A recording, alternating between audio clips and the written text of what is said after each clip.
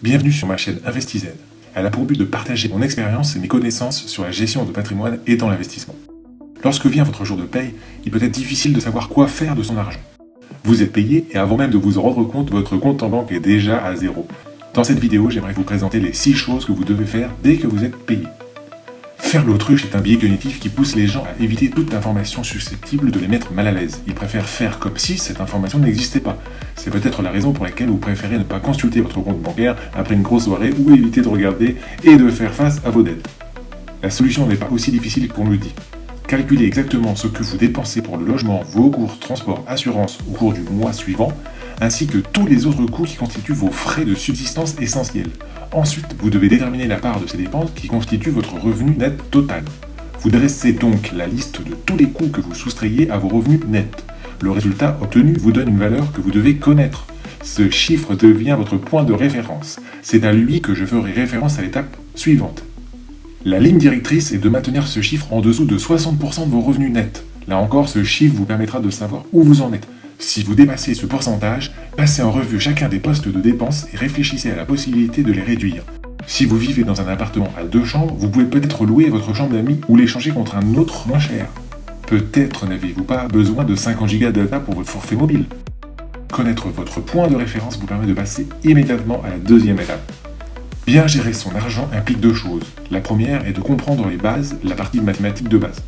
La seconde est souvent négligée, il s'agit de l'étape psychologique.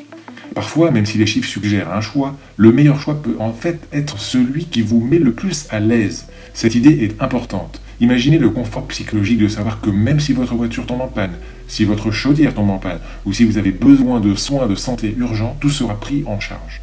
Vous n'aurez pas à vous endetter pour faire face à ces urgences. C'est là tout l'intérêt d'un fonds d'urgence. Le confort psychologique et la tranquillité d'esprit que procure le fait d'avoir ce fonds caché quelque part et de savoir qu'on peut y avoir accès. C'est difficile à quantifier. L'objectif est de mettre le total de vos frais de subsistance d'un mois que vous avez calculé à la première étape et de l'épargner. Gardez-le investi dans un endroit où vous pouvez obtenir de bons intérêts et où il sera facile d'y accéder. Lorsque vous arrivez à un mois de dépenses, vous pouvez vous arrêter là. Il n'est pas nécessaire de constituer un véritable fonds d'urgence de 3 ou 6 mois à ce stade. Nous allons plutôt nous concentrer sur l'approche la plus raisonnable d'un point de vue mathématique, ce qui mène directement à la troisième étape. Qu'y a-t-il de mieux que d'acheter quelque chose maintenant et de ne pas avoir à le payer dans les mois ou les années à venir? La réponse est qu'il ne faut pas payer trop cher. Je m'explique. L'encours au crédit à la consommation est d'un peu plus de 15 000 € en moyenne par Français et d'environ 10 000 $ aux États-Unis. Nous avons recours à l'endettement pour tout acheter. Vêtements, cadeaux, meubles, etc.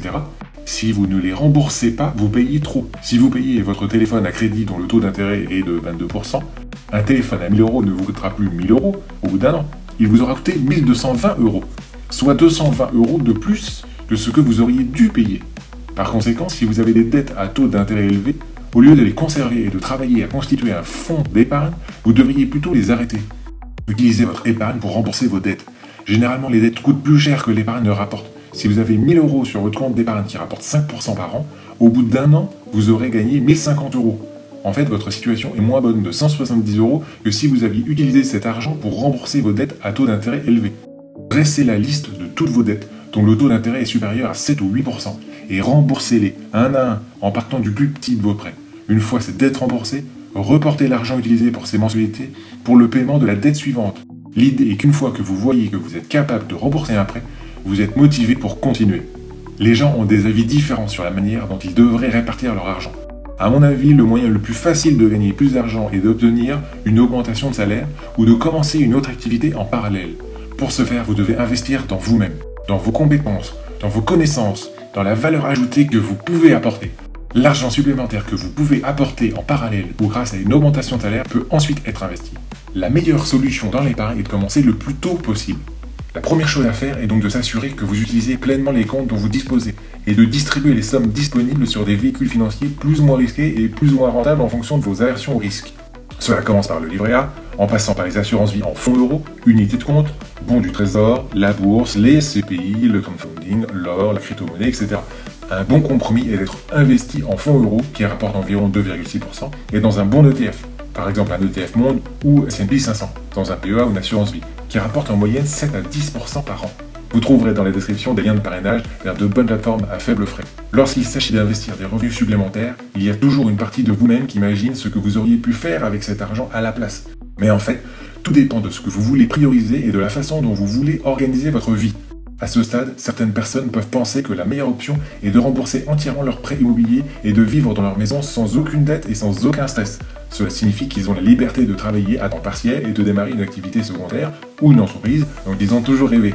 Cela peut signifier qu'ils peuvent voyager pendant une longue période sans se soucier des paiements de leurs prêts, ou cela peut signifier de rembourser complètement leur prêt étudiant afin que vous puissiez prendre un peu de repos et vous choisir une autre voie professionnelle. Pour d'autres, il est préférable de continuer à investir dans des produits tels que la bourse, la private equity, le crowdfunding. Que faire dans ce cas? Il n'y a pas de bon ou de mauvais choix. Il s'agit d'utiliser les revenus supplémentaires dont vous disposez d'une manière qui corresponde à votre aversion au risque, à vos revenus, à votre stratégie et à la vision que vous avez de votre vie.